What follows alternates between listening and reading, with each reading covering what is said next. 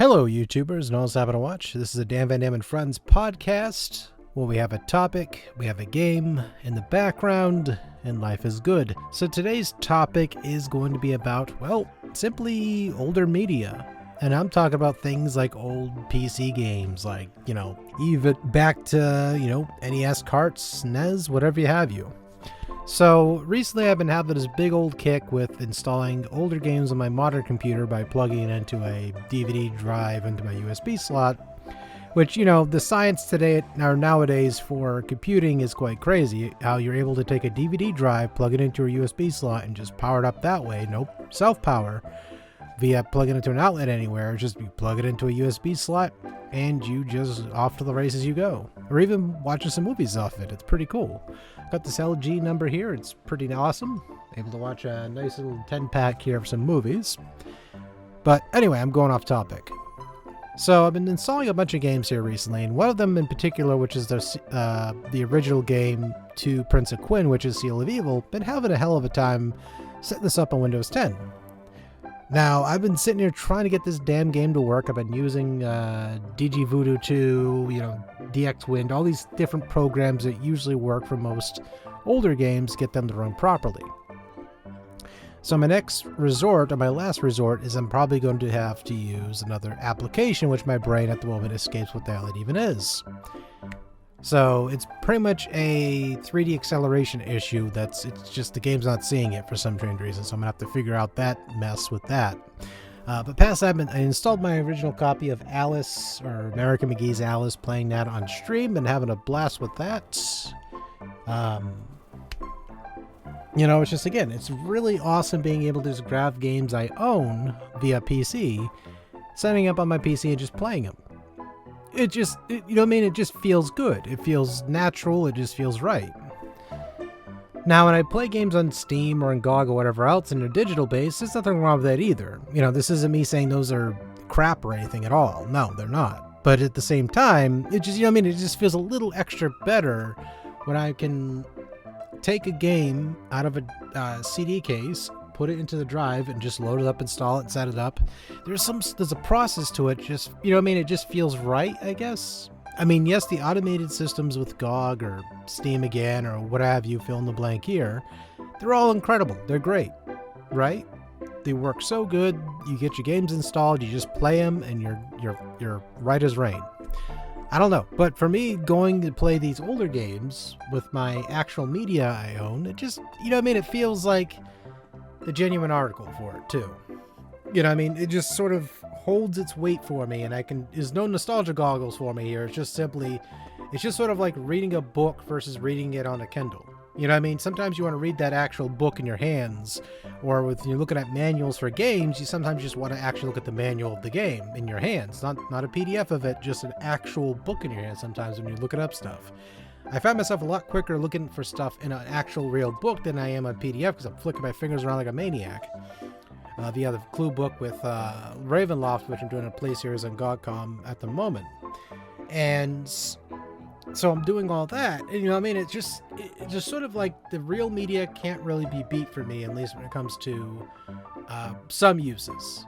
At the end of the day, the comfort or the laziness, and my brain also enjoys the digital format too, where I could just buy it, install it, I'm good.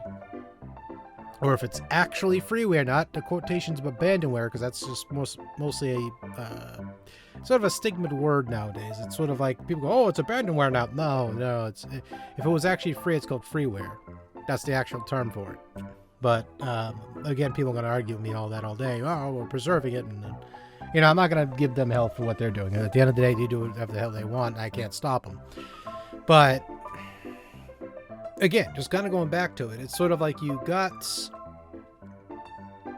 this demand for older media, older games. And so people then say, well, what's the point of playing older games if you got these newer games? What's the point?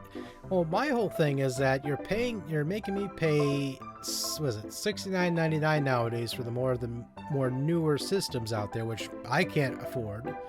I can't even afford the damn system that even can be released with the said media. So it's quite an expensive adventure. And yes, old games of yesteryear cost just about the same for certain games released back in the day too. I'm not gonna act like that didn't exist, but for me as a person who doesn't have a lot of money in his pocket, that's still too much money to ask for me, because again, when it comes to the cost of living, some people can just simply afford that stuff and it's fine. They can just do it.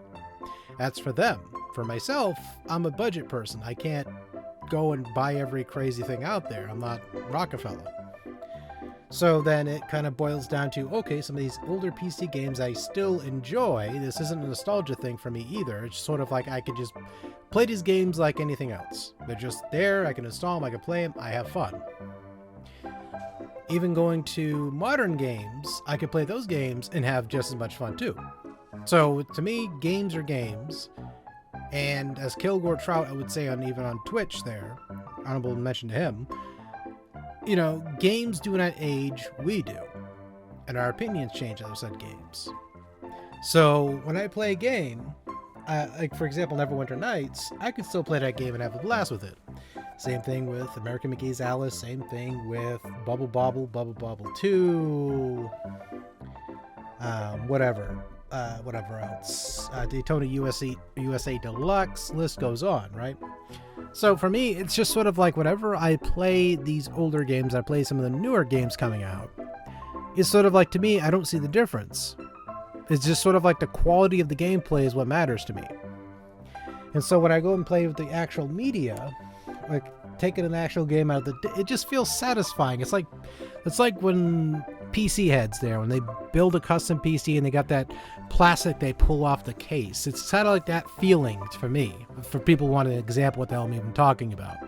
It's sort of like peeling down that thing off that shiny surface there for the first time. Getting that, it's just satisfying. I mean, yes, at the end of the day, the media that I'm playing it off of is going to be in a digital format after I'm, setting up my computer, but the original format of just setting it up with a disc to the tray, it just feels good. It's just sort of like it's kind of like having a food item or an item you like from like a family member, like a certain recipe you like from a certain family member, like a lasagna or something. It's just something about their lasagna is better than the other lasagnas you've tried. The other lasagnas are probably just as good or really good too, but then they have that extra kick to that one you like the most, right? Or even that soup you really like, or like kale soup or something, or a beef stew that your uncle makes or something. Just certain things about the characteristics to it just seem a little bit, they just hit the right spot. It's a comfort food for you. And some people go, yeah, that's nostalgia. No. Again, this nostalgia is me going and remembering something and dwelling on that idea as opposed to just playing it and just enjoying it. That's not nostalgia. That's me enjoying it in the current. That's like me watching an older film. It isn't because I'm having nostalgia for freaking Casablanca. I'm just simply watching Casablanca and thinking it's a great film. Or even going to watch, the Blues Brothers, the one with Dan Aykroyd and all that. It's just sort of like, to me, it isn't a nostalgia thing. It's nostalgia if you dwell on the idea of it and you remember it a certain way, that's nostalgia. But if you go back and play it or still play it, no differently than you did before, there's to me, that's just simply playing a game or simply watching a film, simply listening to music from the 70s, 80s, 60s, 30s, whatever. So again, it's like, for me, it's just sort of like, it still feels great to do. But I don't know, what does everyone else feel? I mean, most people nowadays, most collectors on YouTube nowadays have simply said, fuck it, we're just going to play games off of this huge list of games I downloaded off the internet, blah, blah, blah. And most people are just comfortable with that and content with that. For myself, I'm still the diehard in my head that I just still like playing the actual media. It just feels good. But then people don't have enough space for that either, so I understand that too. So they get it through digital formats like GOG or Steam or whatever, and that's fine, absolutely. But I don't know. What's everyone else's take?